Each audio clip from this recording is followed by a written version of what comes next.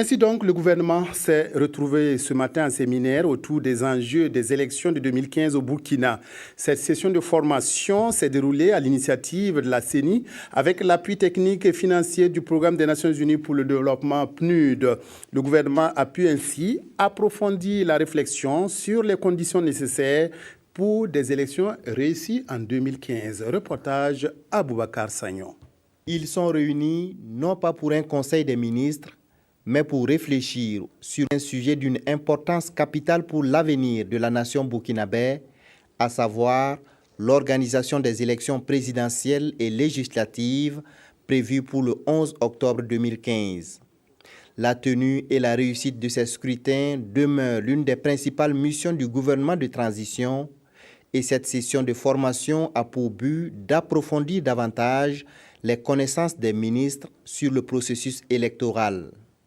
5 thématiques majeures seront abordées, notamment démocratie, gouvernance et élections en Afrique, gains et défis, cadre constitutionnel, légal et institutionnel des élections au Burkina Faso et réflexion sur les conditions nécessaires pour des élections réussies en 2015.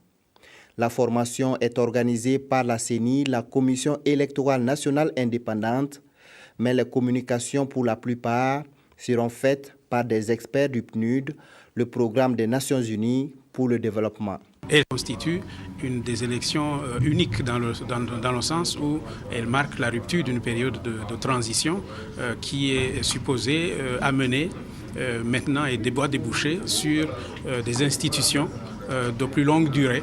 Et c'est en quelque sorte important que cet exercice soit conduit de manière transparente, équitable, de sorte qu'il n'y ait pas de contestation, que non seulement au-delà de l'élection réussie, que ce soit également un facteur de cohésion, de paix sociale et de renforcement de la démocratie au Burkina Faso. Il est important que les membres du gouvernement s'approprient le déroulement de ce processus électoral-là, que nous puissions bien le comprendre parce que nous sommes véritablement les principaux acteurs.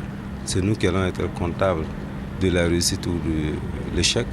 Donc il est important que nous puissions comprendre afin d'évaluer, afin de pouvoir encourager et donner des directives orientées les autres acteurs. Pour une bonne gestion des élections en 2015, une autre session de renforcement de capacité sera organisée dans les prochains jours au profit des membres du Conseil national de la transition.